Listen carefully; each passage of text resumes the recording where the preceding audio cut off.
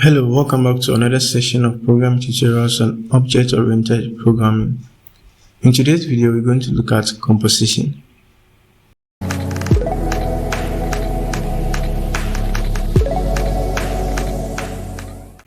Composition involves building complex objects from simpler ones.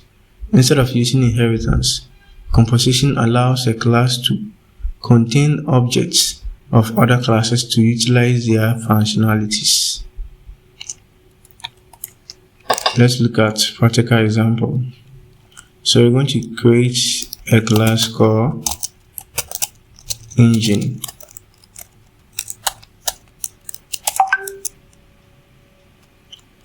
And we're going to have a method called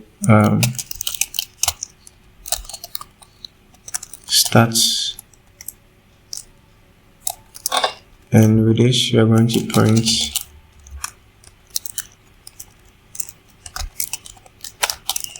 starting engine.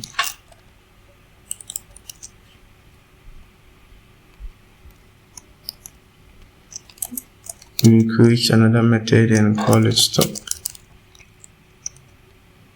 and let's say stopping engine. So now let's create another class. So let's create class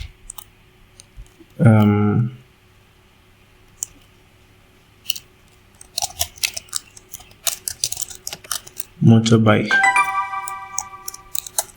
Okay, so it says it involves building complex objects from simpler ones. Okay, so we are going to build this particular class motorbike using an object from the engine, the engine class. All right, so let's first create our object, engine object.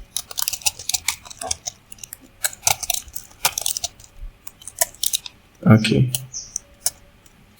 so now we are going to have a method here also saying void start, let's say start bike. No, let's say start engine. Okay, so inside here, because you're not using inheritance, we are just going to allow this class to contain objects, which we've already done here, objects of other classes, and utilize their functionalities. So through this object, you are going to get access to these functionalities available. So we're going to say engine dot start. Okay,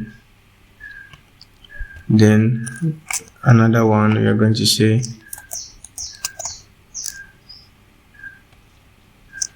stop engine, then engine dot stop. Okay, so we are actually accessing this one. Instead of if we are doing inheritance, we know how we're going to do that. We will just extend this class and utilize the functionalities, but with composition we use the objects of that particular class. So we create an instance or an object of it, then we utilize the functionalities using the objects we just created. So let's have our main function and say let's create object of motorbike.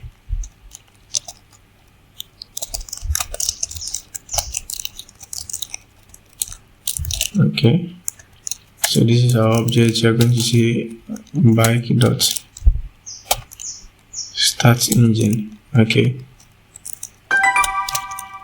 bike dot stop engine. Okay, so let's starting engine and stopping engine.